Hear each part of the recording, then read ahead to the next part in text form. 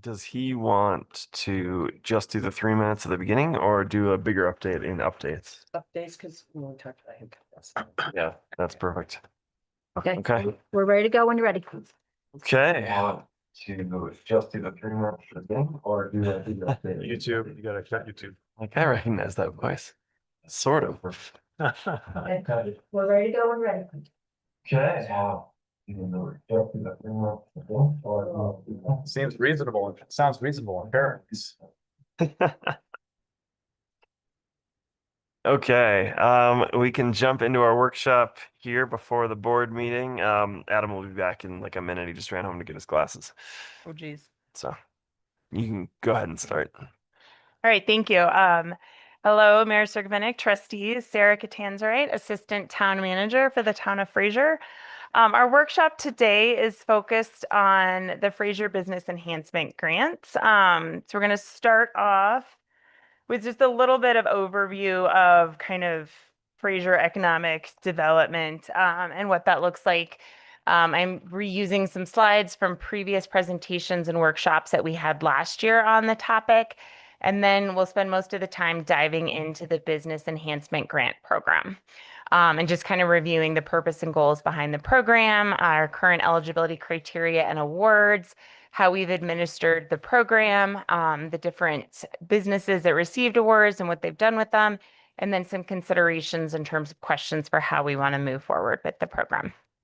So I apologize, my slides are a little text heavy, but feel free to stop me at any time with questions or discussions. But it's set up to kind of give an overview of where we're at and then focus on kind of discussion for considerations moving forward for the second half of the workshop.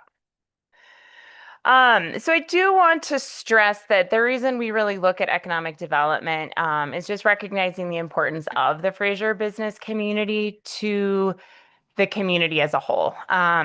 Not only do our businesses provide goods and services and amenities to both residents and visitors, they also provide revenues for sales tax and commercial property tax that feed the majority of our town general fund.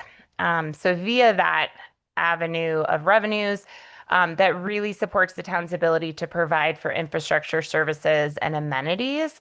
So our success as a community really is tied to the success of our local businesses. And downtowns can really serve as the heart of a community. If you do have a vibrant downtown with public gathering spaces, events, businesses, it really does shape a community, and it's a large part of what attracts visitors as well as residents. We also want to keep in mind some of the challenges that are faced by businesses in our mountain community. While there can be a lot of opportunity for businesses to be successful here, they do also have to operate in an environment with shoulder seasons that can be difficult, challenges of the high cost of construction and operation, struggles with attracting and retaining workforce due to the high cost of living. And so recognizing that a lot of, particularly our small local businesses, they really do operate on thin margins. And so wanting to be able to help support them be successful and to thrive and grow. And looking at economic development, I've continued to kind of focus on the 2017 Downtown Fraser Strategic Plan. That plan really laid out a vision for developing a vibrant town center that serves as a focal point for the community and attracts visitors to stop. Preserving and building upon Fraser's fun, eclectic, and historic character, using Fraser's funkiness to bolster the town's unique identity, as well as in creating a cohesive downtown. A focus on developing a diverse and resilient local economy that supports locally owned and operated businesses, in addition to fostering entrepreneurship, and increased mobility choices from getting around town on foot to regional travel via mass transit, and expanding and diversifying local housing options. That really helps lay the groundwork for the Riverwalk District, which has been a large focus of the town board in recent years. The Riverwalk District, as you all know, created a mixed-use neighborhood that really is trying to capitalize on its adjacency to the Fraser River. So that was rezoned over the last couple years, requiring ground floor commercial along Clayton Court and Highway 40. We received a $1.5 million DOLA Main Street Live grant to put infrastructure in there, and that infrastructure project has been underway. And then also kind of paving the way for that Fraser Center for the Creative Arts, which the Fraser Valley Arts Group has been actively fundraising for with the town's support. Other things that have been going on in terms of economic development in Fraser, the formation of the Downtown Development Authority, I think was a huge success for the town of Fraser and really creating a champion for our downtown and a dedicated revenue source that can go towards downtown and commercial development. The town comprehensive plan is underway, and that should be coming in front of the board before the end of the year here. I believe it's slotted to be presented to the Planning Commission in November. And so that'll help provide direction for downtown and economic development. And that also builds upon that 2017 downtown strategic plan as well as the DDA plan of development. St. Louis Landing, I think, is a crucial piece of economic development. We know that businesses have struggled to attract and retain workforce, largely due to the high cost of living up here, specifically housing. So being able to provide that attainable housing as well as daycare expansion for early childhood education. It also provides year-round customers to help with those shoulder seasons that will be within walking distance of a lot of our downtown businesses. And then the bike perk, we're really hoping it's a major piece of activating that Lions Ponds area and the Cousins Ranch open space and helping kind of build that front door to Fraser with that focus on recreation right here within town versus just in the surrounding areas. Other elements that I think are key to supporting economic development in Fraser, really focusing on those key infrastructure improvements. So the town is making huge investments in developing Clayton Court and the surrounding areas, looking at connectivity and access. So again, gaining easements to improve traffic flows, looking at things like multimodal transportation, trying to capitalize on increased mountain rail service. Again, striving to create that livable community that really will support workforce and families. So both in terms of housing and current efforts to support early childhood education. Branding, marketing, and events. I think Sarah Wick has done a great job for the town, really helping to create that town of Fraser identity, something that sets us apart from other mountain towns and really marketing the town to visitors. Events are another key element, I think, to really help drive traffic and put Fraser on the map for people to come to for events as well as to come back to. So the Fraser Mountain Mural Festival, I think, has been a huge success. Fraser Fire and Ice. And then also looking at supporting events that are put on by other folks outside of town efforts. Last year, we developed incentives for new development in businesses, allowing us to really try to attract businesses and new commercial development that we feel are a good fit for Fraser and fit with the kind of growth that we want to see in Fraser. So to be able to incentivize that and support that. The next pieces that are highlighted there, I think, are elements that really do speak to the purpose behind the Business Enhancement Grant Program. But supporting those current businesses, making sure that they have a way to thrive and grow and to retain those businesses, creating a place where people want to be, both for residents and visitors. And part of that is enhancing that curb appeal as well as enhancing public spaces and amenities. So all that said, I think the town is doing a lot to try to develop its downtown and commercial spaces and really to attract both residents and visitors and to build up our local business economy. So with that comes the Business Enhancement Grant Program and kind of the rationale behind these programs, both for Fraser and in terms of what we've seen elsewhere in similar communities that have similar programs. And the focus of these programs are both to support our local businesses. Like I said, that we know a lot of them are operating on thin margins, so providing some extra cash that can help them do improvements that they might not otherwise have the revenues to do. But also really seeing an economic and community benefit to that support that goes beyond the support to the individual businesses. That increased curb appeal, having improved storefronts and facades, really does strengthen Fraser's competitive position relative to neighboring towns, attracting both visitors and new businesses. It provides that curb appeal that helps to both boost property values and hopefully in turn sales tax revenues with increased foot traffic to those businesses. But beyond beautification, really looking to kind of enhance town identity and civic pride. And it shows that commitment from the town to encourage businesses to do so, to incentivize them to do so, but also requiring that match so that the public dollars are being matched with private investment. Um, as well as creating pedestrian-friendly environments and public spaces. So looking at things like well-maintained sidewalks, storefronts, outdoor spaces, creating more enjoyable, safer experiences for residents and visitors.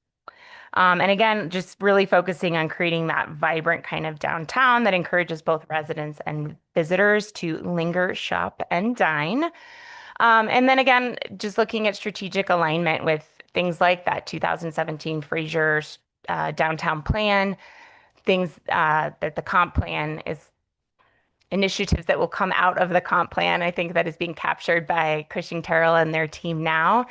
Um, and long-term visions for Fraser and developing Fraser. As much as we want to be able to attract new businesses, we also need to make sure that we're supporting the businesses that we have and helping them thrive and really looking at kind of long-term resiliency and sustainability.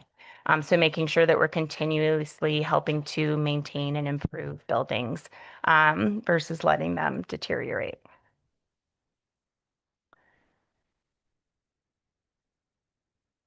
Oops. Any questions on the rationale before we get to the program itself? Or additional comments? Great. Um, so in terms of the current program as it exists, on our website, it says that the Fraser Business Enhancement Grant Program is there to support current businesses and improve the economic vitality of Fraser by encouraging enhancements to the physical appearance of business properties, improvement of public infrastructure, amenities, community gathering places, and increased ADA accessibility. The highlighted portion is kind of the description that was added to the existing description of the program last year after we did a couple different workshops on this. Eligible projects focus on exterior improvements, things like publicly displayed art, landscaping, facades, ADA improvements was a focus that was added in, sidewalks, exterior lighting, gathering spaces, patios, and any other related exterior improvements. It does state that improvements that provide the most public benefit will be prioritized, including projects that increase ADA accessibility, provide gathering spaces and amenities for public use, improve public infrastructure, and/or contribute to the beautification and uniqueness of Fraser. It does outline ineligible projects. So interior improvements are not eligible, home occupations, new construction. It's really meant to kind of enhance and strengthen current businesses. So last year, the award amount maximum was raised to 25,000. It previously had been 7,500. This really was just recognizing the high cost of construction, and that 7,500 doesn't get you too far these days. So trying to be able to award to some more significant projects. Does require in most cases a 50% project match. So if somebody's awarded 10,000, they're putting in another 10,000. Lower matches may be considered for projects providing maximum public benefit. Last year we did award, this year we did award a lower match to Grandkids Learning Center. All the other businesses were required to do that 50% match. This year was the first year we had a deadline. Previously, we just accepted applications as they came in. So we had a March 3rd deadline, which was for priority consideration. It does state that if funding for projects remained after that initial round, that applications would continue to be considered on a rolling basis until funds were exhausted. And we did receive a number of applications after that March 3rd deadline. So this provides a list of the different projects that were awarded. The Holiday Inn Express did withdraw their application, so I did show that there, but that $8,109 I have reduced from the total award amount at the bottom. Canberra Brewing Company got $11,000 to go towards replacing the roofing on their awning, painting their building exterior, windows, ramping to their back patio, retaining walls and planters. Solstice Bistro got a smaller award for some patio furniture and window applications. the Colorado Corn Dog Company for a new vinyl wrap, Grandkids Learning Center for exterior painting and landscaping, Fraser Valley Distilling for a patio roof, Moose and Merchant, which is still to come, a patio awning, outdoor patio furnishings and planters, Black Tie Ski Rentals to replace their building siding and windows.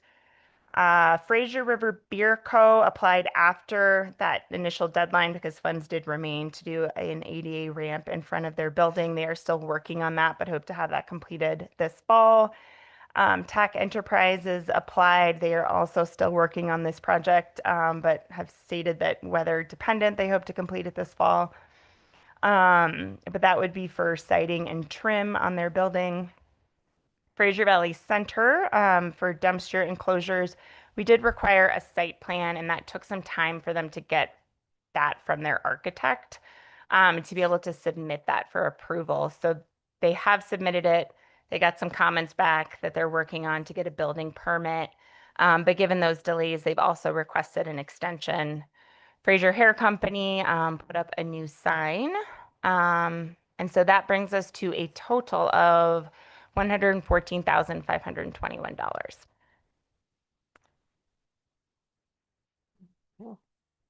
Evaluation criteria.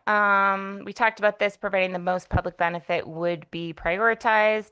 We had a subcommittee that reviewed them. That subcommittee consisted of town staff, myself, and Sarah Wick, 2 members of our DDA board, Bill Palmer and Lori Hannon, and then Diane Butler from Grand County Economic Development also participated. As you know, the subcommittee reviewed and made recommendations, and then those were presented to the Board of Trustees for final approval. So curious, in that process, is the evaluation criteria like front and center for people to take a look at when they're making their decisions?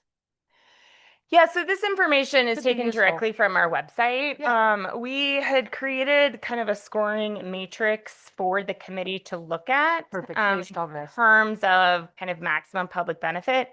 That said, because we did not receive more projects than what we could award in terms of overall dollar amount that was budgeted for the program, we looked largely at eligibility, Gotcha. whether or not it met the eligibility. And then we just kind of looked at that maximum public benefit in terms of a reduced match, which was provided to Grandkids Learning Center.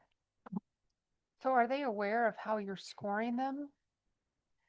Um, They seem like an example of like the score sheet. no, they didn't.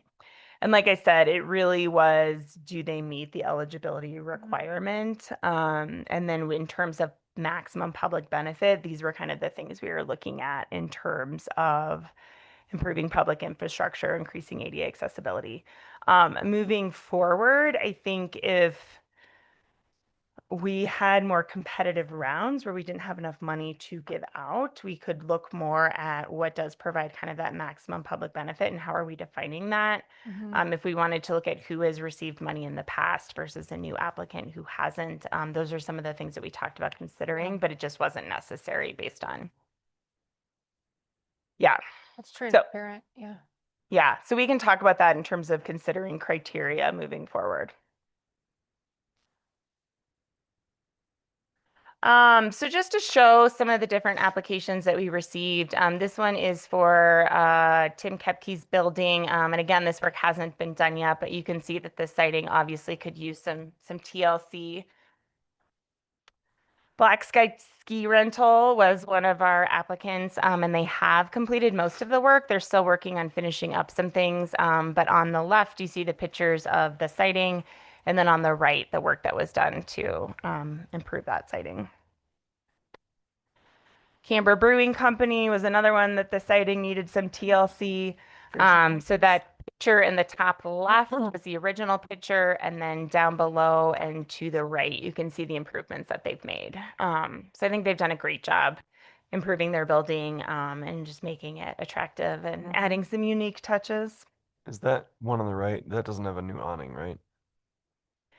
No, I believe they're still working on replacing the roof awning, and I think they're waiting on windows still. Okay. And they did also get a new mural, but we did take their mural request out of this grant scope as the Public Arts Committee offered to take this on and provide them this year's commission from the mural festival. So that was not funded through this award. Fraser River Beer Company was one of our applicants last year, and you can see on the left before they did their patio work, it was just kind of dirt up to their building. So I think they put in a really attractive patio. I was a little dismayed to see that it did not improve ADA accessibility, but made it more difficult.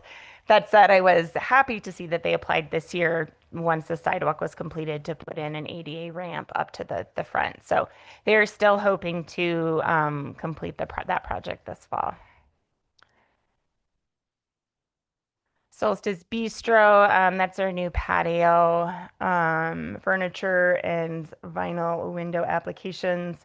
And then Colorado Corn Dog Company, I know this one raised questions as a food truck tends to be mobile in nature, but they are pretty much largely predominantly at Camber Brewing Company there. And per the board's request, they did put the Explore Fraser logo on their food truck.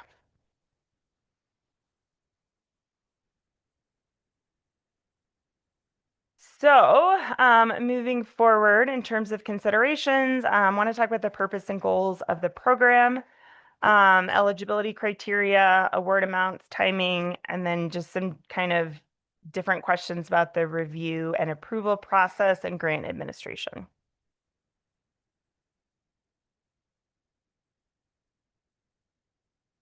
So as currently outlined, again, it really is to support current businesses and improve the economic vitality of Fraser by encouraging enhancements to the physical appearance of business properties, improvement of public infrastructure, amenities, community gathering places, and increased ADA accessibility.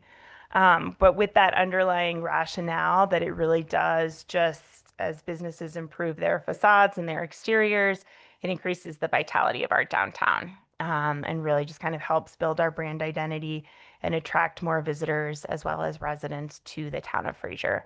So recognizing that larger public benefit beyond just the benefit that's provided to the individual business.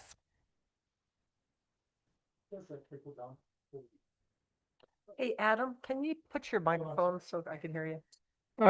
We're talking about this as economic benefit. I'm probably the only non-business or non-retired person here. I'm a paycheck person. How does this trickle down to the employee and help, and not just start a layer above and help go up from there? Yeah, I mean, I would say, and we can ask our business owners over here if they'd like to chime in. But I think if we have successful businesses, they stick around and they can hire employees and hopefully have the revenues to pay them a living wage, if not better. So we expect wages to go up based on. That is not a specific goal of the No, program, but yeah, in it's terms of a expected thriving that business, that yeah. We anticipate. Yeah. Okay. And then going back to, with increased sales tax revenues and property taxes that we get from commercial properties, that is what is allowing the town to deliver almost all of our services, right? I mean, that's helping to fund our attainable housing projects, our childcare initiatives, our infrastructure. So really the employees benefit in that way as well in terms of, just the services that we provide to all Fraser residents and visitors. Yeah, just to follow up on that question. So what metrics are you using to measure, the results, or how are you justifying the investment on these businesses? Do we have any metrics that we're using to kind of follow it, or are we just kind of freewheeling? I mean, we could look over time, I guess, at how property values increase, and try to separate out kind of some of those exterior improvements. In terms of sales tax increases, I mean, we've talked with some different entities that try to gauge these sorts of metrics.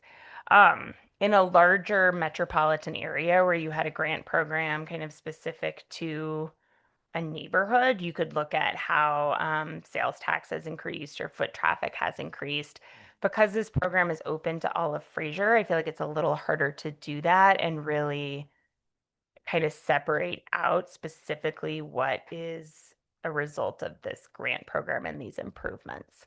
And then I think there's other things that are just harder to put a number on. Like a nice inviting patio and um, nice looking facades that get more people to get out of their car and stop in Fraser, the next time, they come through on the train and this is a place they want to come back to. I feel like it's a little harder to quantify exactly what that is, or just what it means to the residents to have a more attractive downtown. Okay. I guess I would just encourage you to think about metrics or some Feedback. way to measure it, because otherwise we're just throwing money around and we don't know what kind of return on investment we're getting from that. Right. Sarah and I did meet with a company that does just that, but they were a little above what we do. It just seemed Yeah, like and that was Zach Tax, and they were the Yeah. ones when I asked them how they'd quantify something like this. They talked about, if you have the program in a particular neighborhood, you can look at how that one's doing economically compared to another one. But if we're Just doing makes this sense. across Fraser, and again, the idea isn't just well, let's look at if Camber has increased traffic because they improved their facade, right? The idea is that their improved facade also benefits Simple Coffee and Birdie Lounge across the street because more people want to come and spend time in Fraser. And I think we've always had problems because the community's so small that you have one business, and you can't really use that business revenue and say, well, it went up 50%. Correct. Because then you can identify that business, so that makes getting statistics much more difficult. I mean, I suppose we could try to require as part of the grant that they make that available because otherwise we're not supposed to be able to single that out and look at that and publish it. But again, some of that idea is that the benefit is going beyond that individual business, which is really why we're doing it. We do want to support our local businesses. We do recognize that these improvements are hard for some of them to do without that financial support from the town. But we're really largely doing the program because of this larger community benefit of having, a nice looking downtown that really speaks to that kind of brand identity that we want to build for Fraser. A term that's, when I did the thesis for my master's program for public administration, I interviewed a lot of city managers about downtown and how to make them successful. That was my focus. And constant care and feeding is the theme that was pretty powerful with that. And just when you have the downtown, you have this new development coming in the core of our downtown. And you've also got these buildings that are 40, 50, 60 years old. You want to see a vibrant downtown. You want to see a successful downtown, and really investing in that sales tax base. Constant care and feeding, I guess, is the real takeaway that I kind of took away from that. And that's just what I would encourage. I mean, a lot of this is philosophical. Does the town support the downtown businesses and the downtown storefronts and the business owners who, a lot of times they have their struggles and sometimes they do well. And I think the notion that a lot of our businesses have stayed in place for years is testament to that. But it's just something I would encourage. It's just the investment in our business community. You really want to see that vibrant downtown. You want to see the draw and people becoming more and more interested in coming to Fraser and coming to downtown Fraser. You have to invest in it. You have to enhance it and find reasonable ways through a good program that we're constantly, that's what the whole point of this is, to make it better and to make it more relevant and to see what the board wants to see. But just that thoughtfulness is just something I would just put out there. Yeah. I think the curb appeal from our existing grants has been huge. Seeing the transitions in our town over the last 20 years, it's really remarkable. And it is eye-catching. And people say, I love your town versus where did I drive through Fraser? You have a town. Anyway, I think it's money well spent. I would like to ask about the inclusion of 501c3s or a 501c3 into this program. They're not revenue generators for us. They're not any of the things that you described earlier. We allowed one in.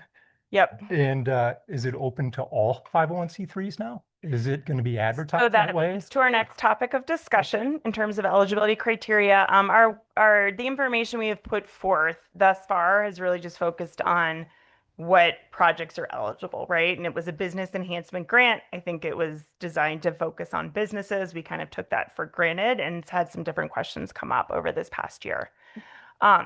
Going back to the rationale for the program in terms of increasing curb appeal and overall kind of enhanced town identity, community vitality, downtown vitality. I would raise the question, does it matter if they're a sales tax generator or not, right? Well, that was a lot of the Yeah, argument given for this program, though, is increased revenue is good for it is. community and it trickles down and Yes, if- but I think that increased revenues, I would argue again, going back to Camber improves their brewery, somebody stops to check out this cute brewery, that's increased revenue for Camber and sales tax generation. But it also is somebody that maybe is sticking around and going over to Fisher's and grabbing a hamburger, kind of thing. The Fraser Valley Professional Building, for example, I don't believe they have businesses in there that generate sales tax. But if that building is spruced up, I'm not picking on them saying they need to, but just as an example of a building downtown that's not sales tax generating, it makes the overall downtown more attractive. More people are interested in stopping and spending time coming back to Fraser and maybe me spending money elsewhere. So you're right. One of the rationales is that increased sales tax revenue. And some of that is meant to come from that particular individual business, but it really is meant to kind of spread out across the community just in terms of more people wanting to come and spend So time and spend money. like Foundation or the rec district or any of those nonprofits So, ask Help. for improved grants? So no, they stand alone, well, the Grand Foundation. I have a thought for a definition to add to our purpose or the purpose and goals and define our criteria would be to add one that says or that significantly supports our local workforce. Daycare supports our local workforce big time. That's, something like that. And it makes a big difference. People can't live here if they don't have daycare. So that might be a simple way to help define it a little bit better and allow for All nonprofits. some, maybe not all. It's Like gotta be all Grand Huts, we wouldn't qualify, Why not? because we don't You don't have a we don't have Support. significant support provide significant support for our local workforce. I'm thinking under this new adding this new parameter. There would be a lot of nonprofits that, they wouldn't qualify based on that, but that's with Well, that. and who decides that? I guess I'm wondering, I look at my house as a business. I rent, I pay taxes. Yeah. I make money, those kind of things. That supports local workforce. That Yeah. supports, You've got one person that Mm. you're supporting. Significant is providing, let's say, daycare for 30 families, 40 families. That's a big impact on our local workforce. So that's just a thought. well, and I'm just trying to flush things out. I'm not. Yeah. Yeah. And I'm looking for a new definition that helps define that Because because I- it's important I that mean, we to me, clarify that that. includes the rec district. What's that? That would include the foundry and the rec center and all those things because they support. Well, but in that manner. they don't, we could figure out how to put that. I mean, they provide services, they provide recreation. But Provide childcare. it's not the same as, They're- it's not the same as enabling them to stay in the workforce. And maybe that's the language we look for. Businesses that significantly enable, Well, it doesn't have to meet all those criteria. right, no, It has to meet. Well, like There's the elementary school and Yeah, the rec district, library. and the library all have their own mill levies associated with Right. them. So they are really, they're a nonprofit in name, but they're in a They different. also have a nonprofit arm associated. but they're They all not. have a foundation Yeah, that's yeah, they're associated not that eligible. 501c3s either. So some different ideas that staff talked about in terms of some of the questions that came up and how to define it. Again, if you look at something like a childcare, They could be just as easily be a for-profit organization versus a Mhm. nonprofit. They are required to have a business license, so that could be part of the criteria. You have to have a business license.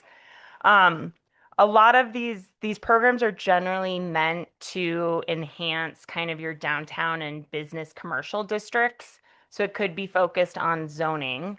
I have seen some programs where they even allow single-family residential units to take advantage of this with, again, the idea of if you've got really nice businesses next to crappy single-family homes, Happy to buy a business that, license. $5,000. that's not helping your Absolutely. curb appeal, right? Sure would. Yeah, and you're in a residential So- neighborhood. I'm across the street from a business district and as I said, that is a business. I pay taxes. Yeah. Okay. So in looking at it, you could look at zoning. And this is our town of Fraser zoning map, and you can kind of see the pink is the Riverwalk district. And the red is our business districts. Looking at this as a note would exclude grandkids because they are not in a business district. I think that would direct them to the donor advised funds for requests in the future. But what's proposed here, potentially, but is up for discussion, would be applicants must be a nonprofit or for-profit business with a current Fraser business license located within Fraser's Riverwalk or business districts. This could be extended to properties or other planned development zones that are for commercial or mixed use. Residential properties are not eligible unless part of a mixed-use building. And again, this is all open for discussion, but in terms of some of the discussion that came up over the year, this seemed to be potentially to meet some of the direction that some of the board wanted to see in terms of narrowing that eligibility.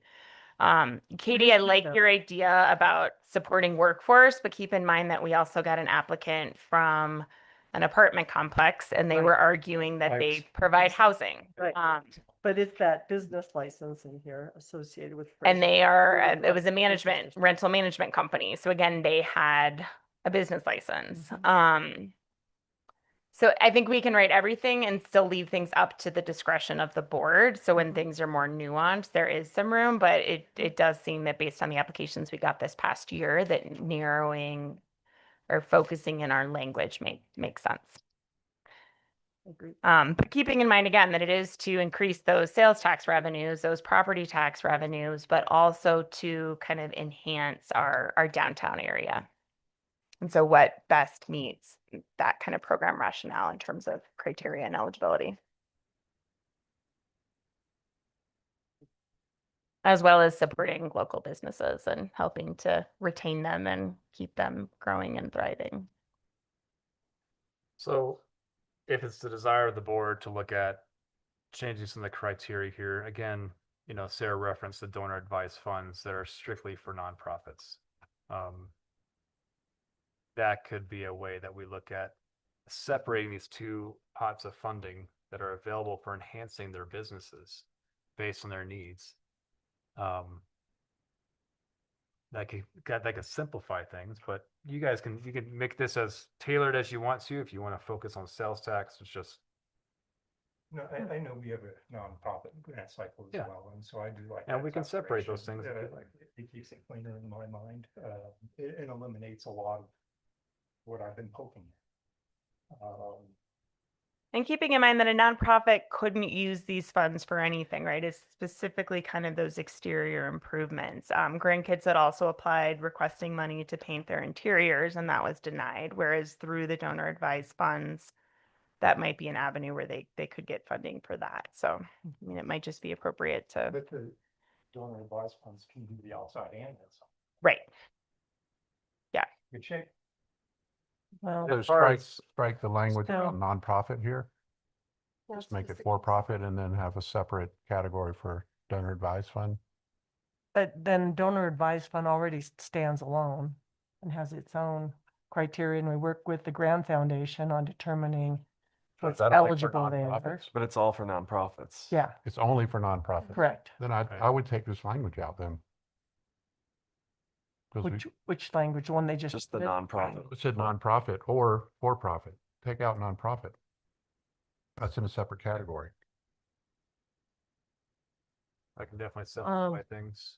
I think that's really what I was getting at, Yeah. is I don't want to hold back grandkids. Yeah.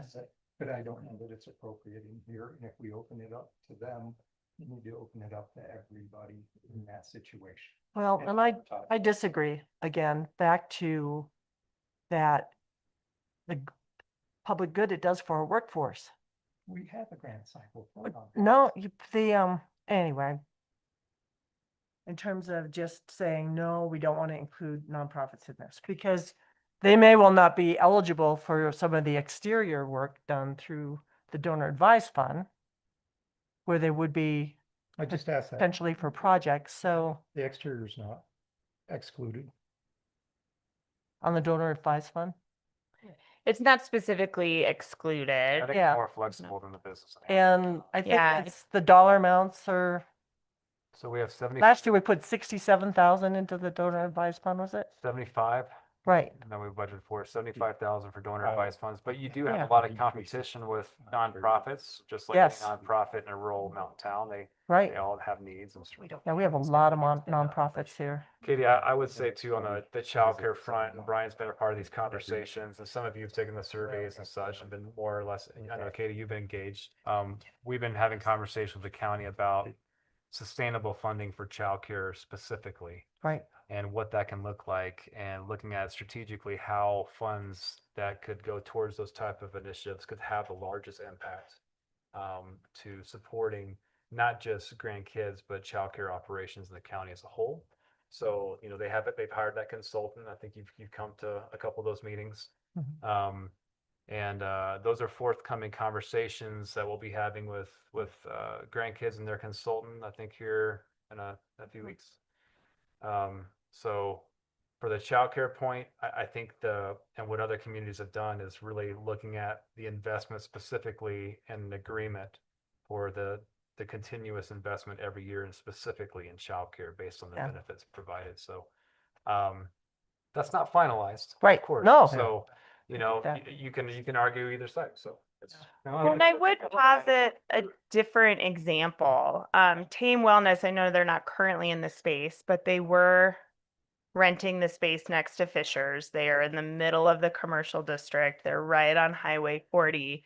If they wanted to do facade improvements, I think they would be a great fit for this grant despite their nonprofit status. So again, just an argument to consider kind of location in commercial districts. And profit on revised grants, right? They There is can. an avenue specific for them.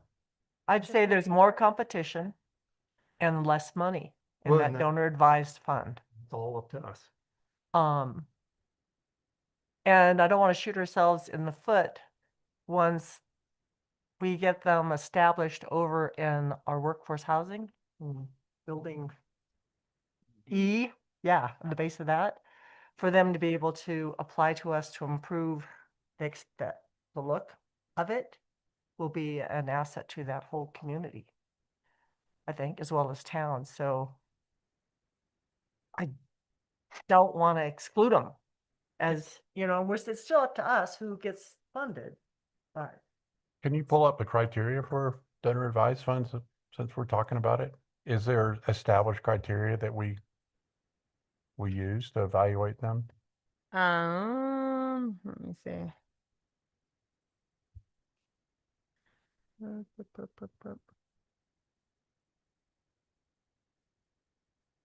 Well, we don't need to go down the rabbit hole necessarily now, but I think that Yeah, let me, Lewis, we're keep talking moving about it. Yeah. through this, but we can. If I'd be into increasing that dollar amount, I'm all about not. But what is the criteria for it? I have a harder time with giving money to a private enterprise. So, I mean, I'd be a proponent of increasing those donor. okay, all right. Okay, so to Okay, get through okay. this, we can circle back to the nonprofit versus for-profit question.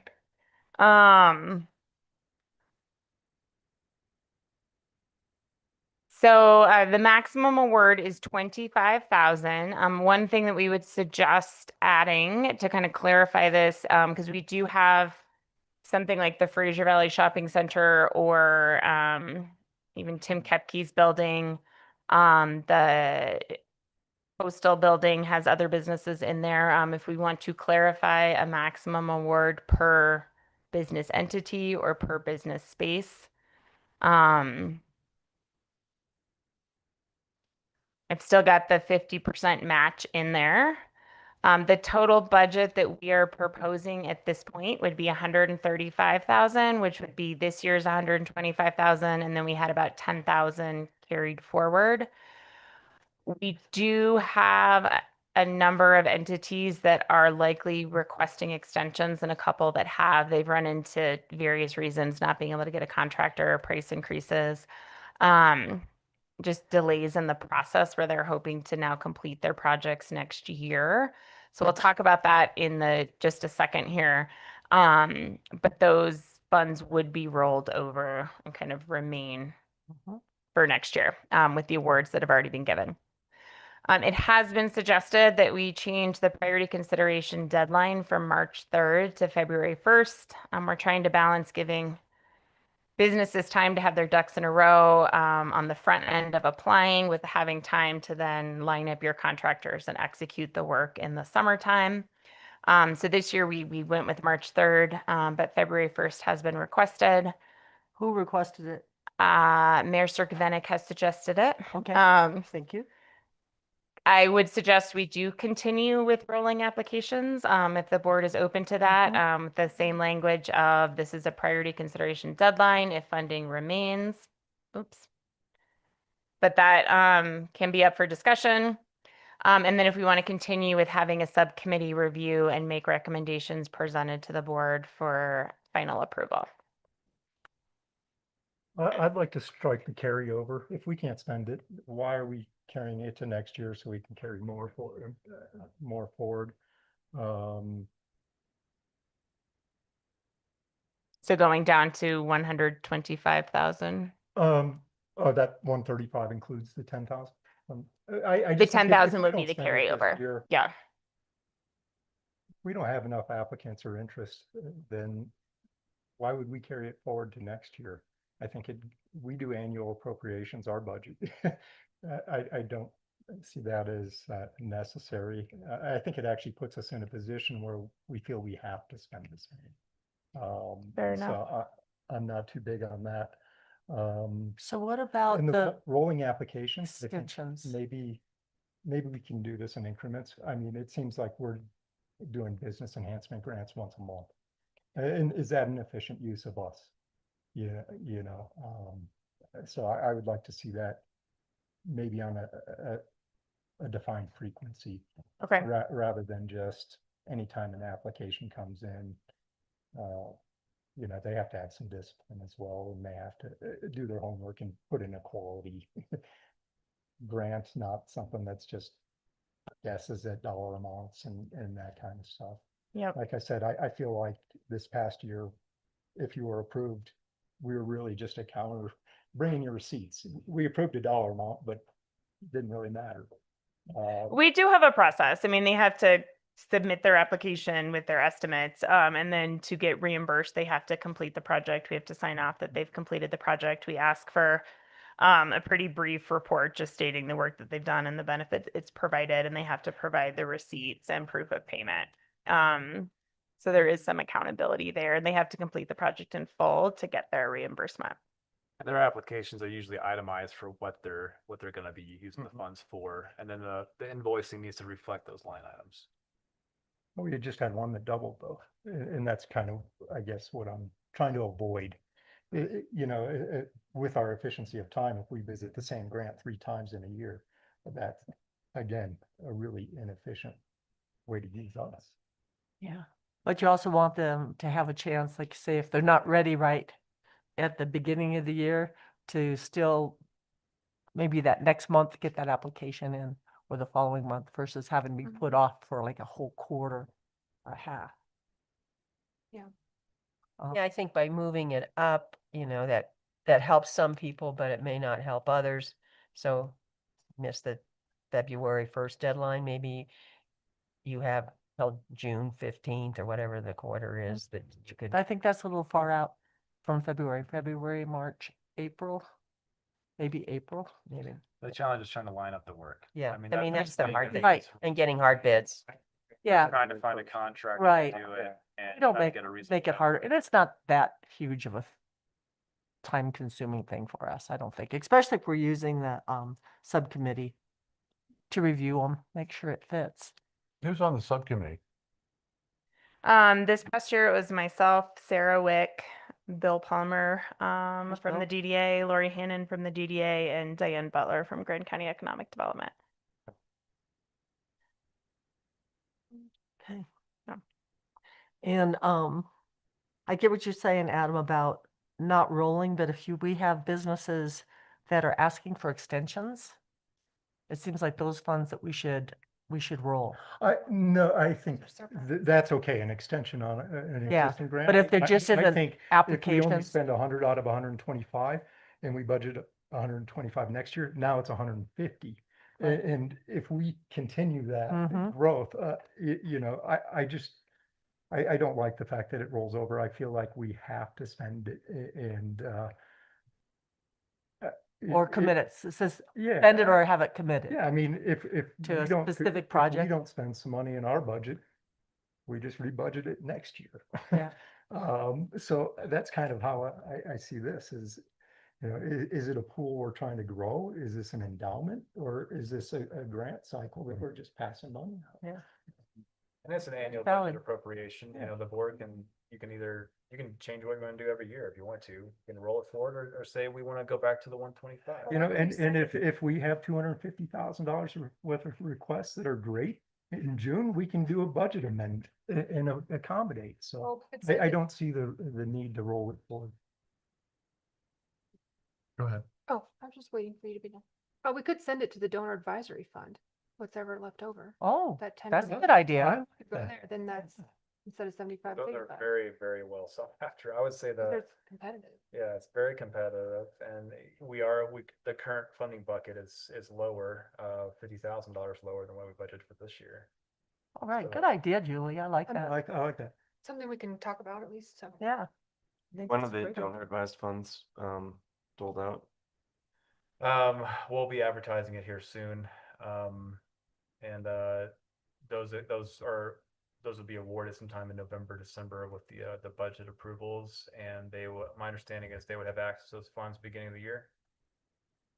So maybe we have a cutoff on the business enhancement of August, so we know what's left. We know and what's left, we can send it. and we can That's- send that's it good. forward.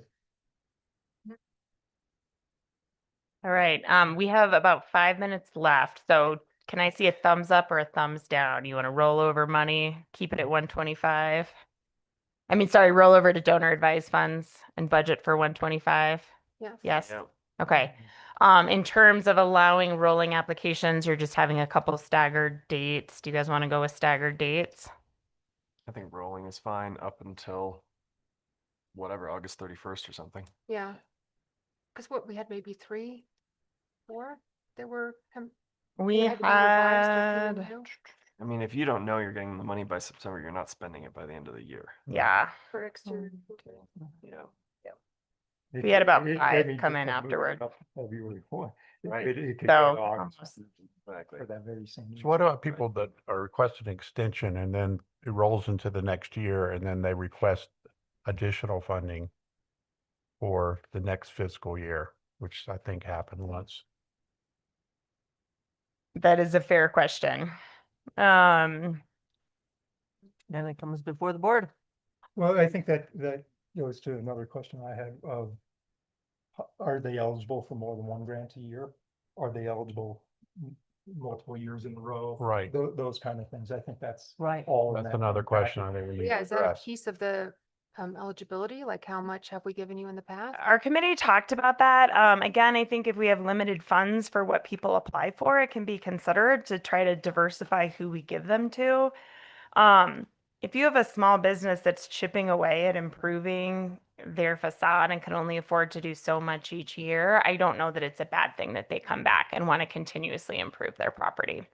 Yeah. So that would be my take, that it's considered, again, in competitive rounds, that you give priority consideration maybe to people who haven't previously applied and have a good project, but that if there's enough money and they want to make enhancements that we feel would benefit When that comes to the board and then when it goes to the committee, there's a clear understanding of how they've been awarded previous funds and when. Mhm. So And you did report that to us in the last one. Yep. Their Yep. history, and I think that's helpful in that context. Yeah. You know, one, I think our biggest opportunity is around the railroad station. Yep. And that's good. That increased a lot this past season. It's going to increase even more next year.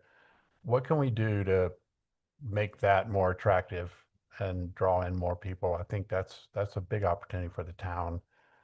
And the station itself, is that run by Union Pacific?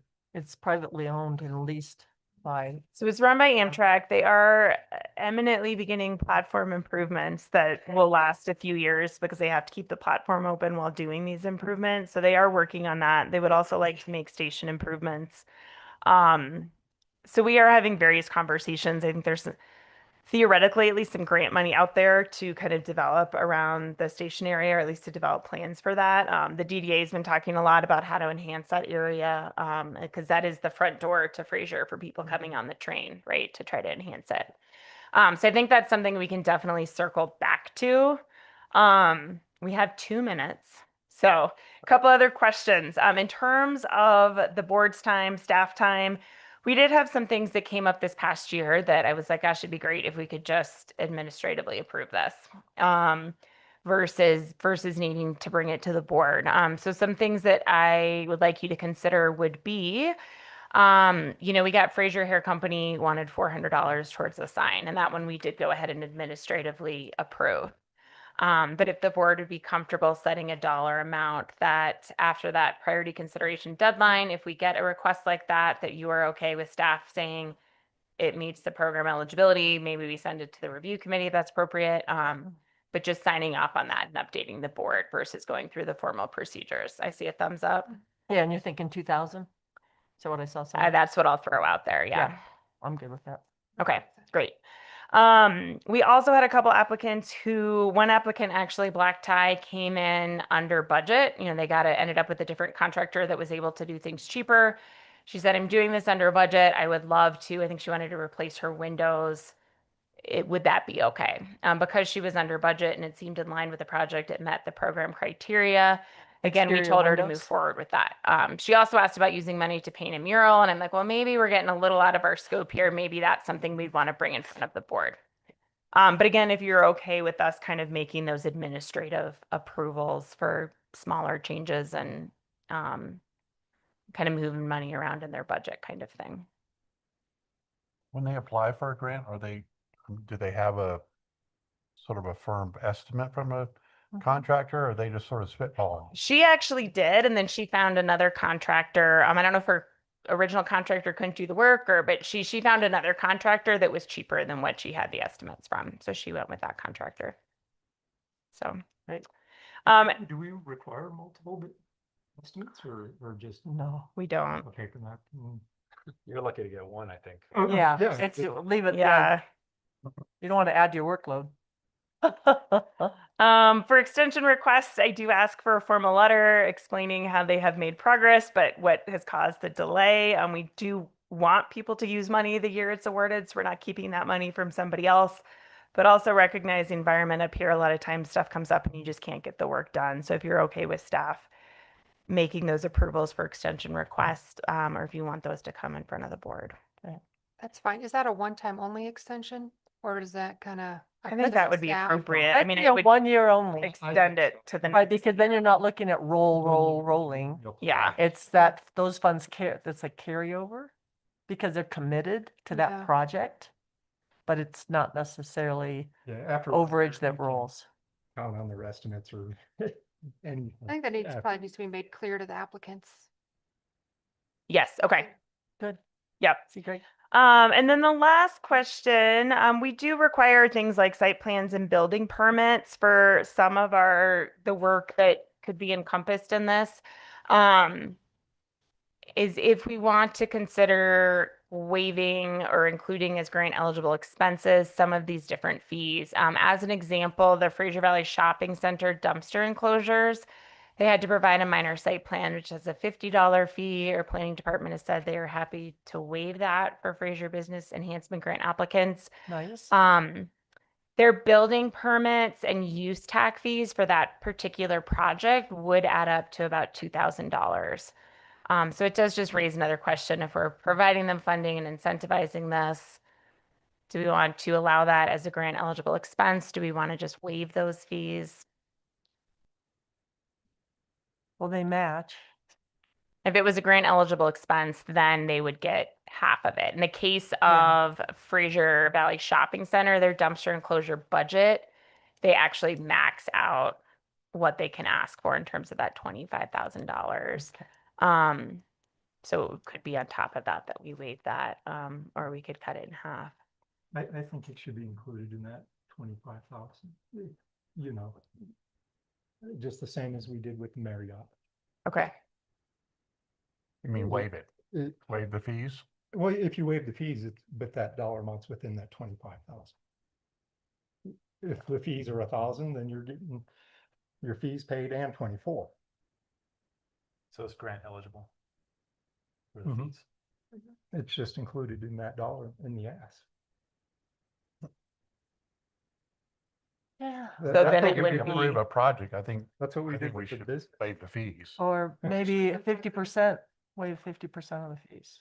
So we're still getting reimbursed for some of our expenses, because that's what the fees are about, right? That's what Adam's saying is if you have an itemized list of an entire project, include all the fees, and then whatever the total is, we give 50%. So you're essentially giving 50% of the True. fees back. Gotcha. Okay. So stick with it as is, incorporate it, and don't just waive it above and beyond. Right. All right. It's part of the grant. And technically, if we allow the $25,000 to be per kind of business space, Fraser Valley Shopping Center could be eligible for more than 25,000 as they obviously serve a number of business properties. Would each storefront have to apply, or can they say we're 10 and Yeah, I mean, they could apply for 250,000? Oh, potentially, again, that's up to the board's discretion. I would be the property owner with the understanding when it's brought to the board and when it's brought to the evaluation committee that it is multiple businesses. I mean, I think you all know what's where. yeah, but then like the yoga place, Sharka can come in and say, I need a new sign. And we can help her with that. She's a separate business Right, she's a separate business. than the Yeah. whole business of the Fraser. But clearly they'll have to have the approval of the property owner. Cool. All right. Thank you, Sarah. Great. Thanks. Once again, you do great work. All right, so I heard that we're including them as grant eligible expenses. Okay.